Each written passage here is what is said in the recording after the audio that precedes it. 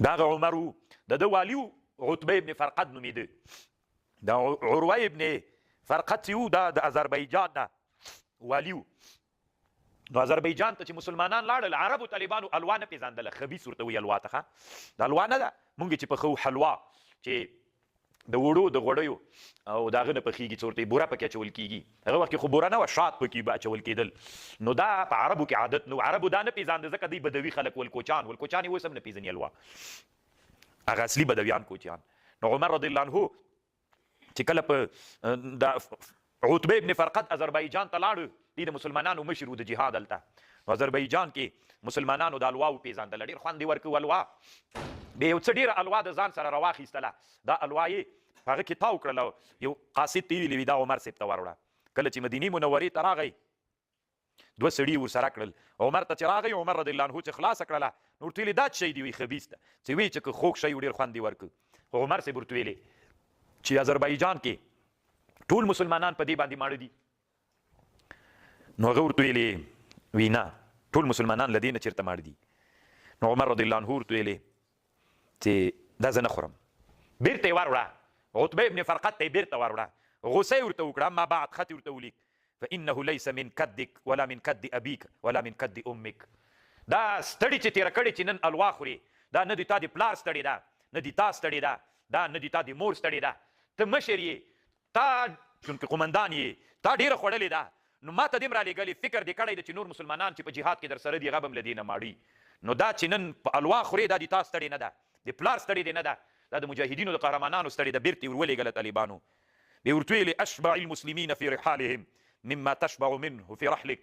خپل ځای کې چې خیمه وهلې هلته خو ته موړ یې، مسلمانان هم ماړه که. هغه شي باندې چې ته موړ یې مسلمانان هم ماړه که. چې پوښتنه الله عز وجل د ما نه وکړي، بیرته یې ورات کړه طالبانو، وایي نه خوړله. الله عز وجل دې موږ په حال باندې رحم وکړي. الله عز وجل دې موږ ته د عمر رضی الله عنه په لاره باندې تګ نصیب وګرځوي. عمر رضی الله عنه چې و الله عز وجل دومره عدل ورته نصیب کړی و. یو وخت کې مسک او عنبر له بحرین نه راغلل.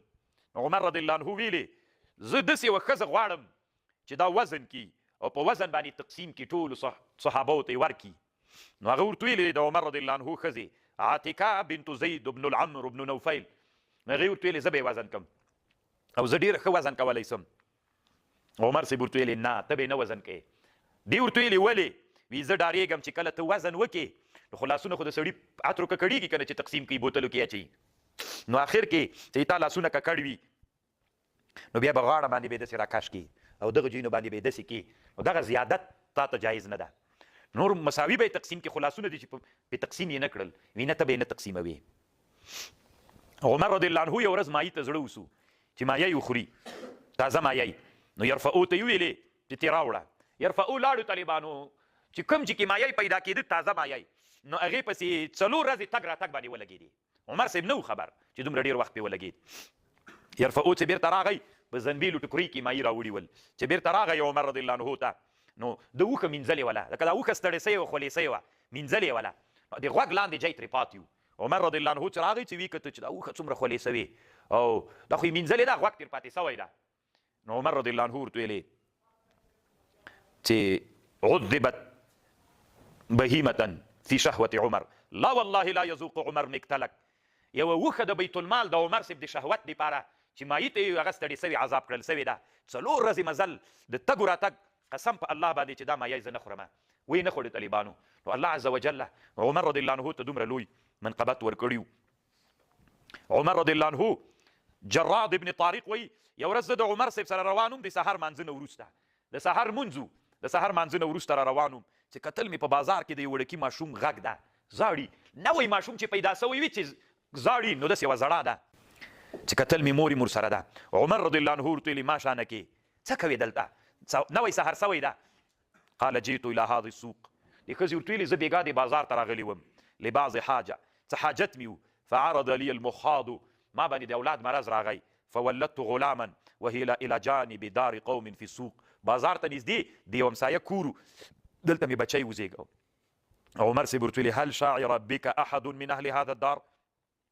ویلې کور والا په تا پوه نه سول چې تا بچی زېږوه. اما اني لو علمت انهم شعروا بك بك ثم لم ينفعوك فعلت بهم وفعلت بهم. که زه په دې پوه سم چې دا ښځه تا چې بچی زېږو د کور والا پیسې وي او تا ته نفع نه وی رسولي، ما به دوی سره داسې کړي ول.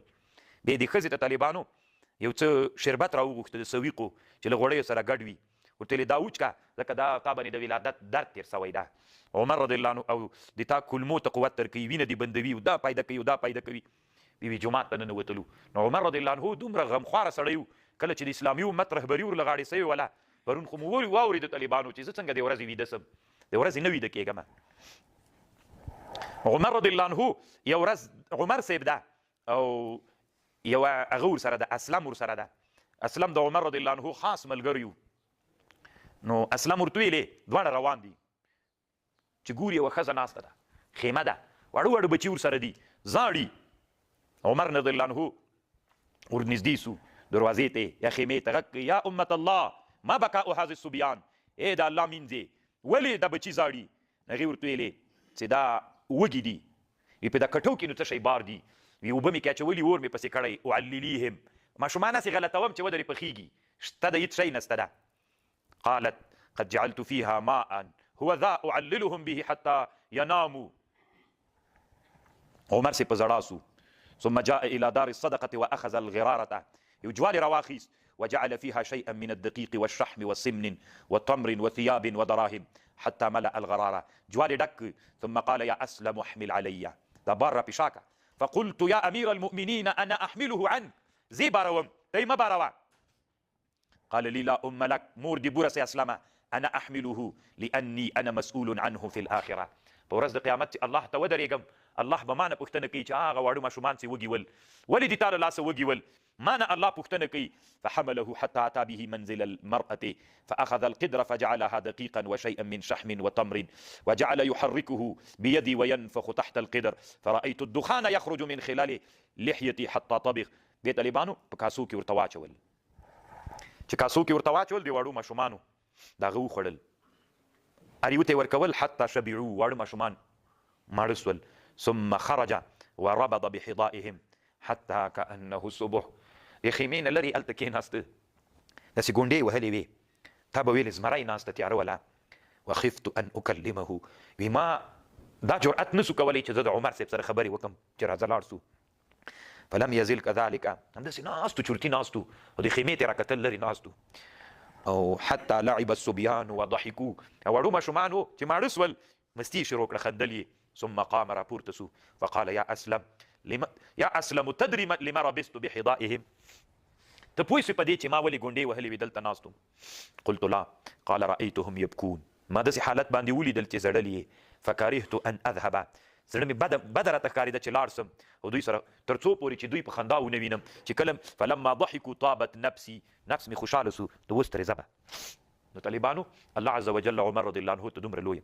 والد رحمه الله ویلي د یو جرمني د کتاب نه نقل کو، یو جرمني لیکلی دي چې که اسلام کې د عمر صاحب غوندې یو بل سړی راغلی وای نو ټوله دنیا به اسلام نیولې وله. یعنې د اسلام دین به دومره خپور سوی و که د عمر صاحب غوندې یو بل سړی اسلامي امت ته راغلی وای. طالبانو عمر رضی الله عنه داسې هیبت درلوده.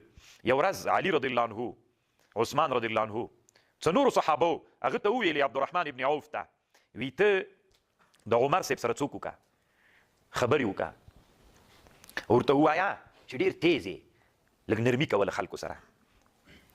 حتی هغه جنکیانې چې پیغلې دي په ټیکریو کې دي تا نه ډارېږي چې دا غږ دې واوري سخت دې ډارېږي، نو لږ نرم سته. عبدالرحمن ابن عوف ورته راولېږه چې ته عمر صاحب ته ووایه. فكلمه عبد الرحمن فقال عمر إني لا أجد لهم إلا ذلك، والله لو أنهم يعلمون ما لهم عندي من الرأفة والرحمة والشفقة لأخذوا صوبي عن عاتقي. دا طالبانو یو نادره وه. عمر صاحب ورته ویلې دا خو د دوی زړونو کې له ما نه رعب و رهبت پروت ده، اما د ما له طرف نه دومره مینه او شفقت و رحمت ده، د ما زړه په خپل رعیت دومره مهربان او مشفق ده. که دوی پوه سي چې زه څومره نرم یم، هسې د سوقه او د خبرې مې هیبتي دي، که دوی په ما باندې پوه سي د ما به عین څادر له ما نه تښتوي. دومره ډېر څوک پکې پروت ده، ما کې دومره نرمي ده د ما له طرف نه. خو ښه ده چې د هغوی له طرف نه ما په زړونو کې رعب ده، اما د ما له طرف نه دومره مهرباني او شفقت ده، که دوی پوه سي نو لاخذوا صوبي عن عاتقي، د ما له اوږو نه به د ما څادر او د ما کمیس وتښتوي. وابېخلي رانه دومره مې په زړه کې مهرباني او عمر رضی الله عنه ورته وویلې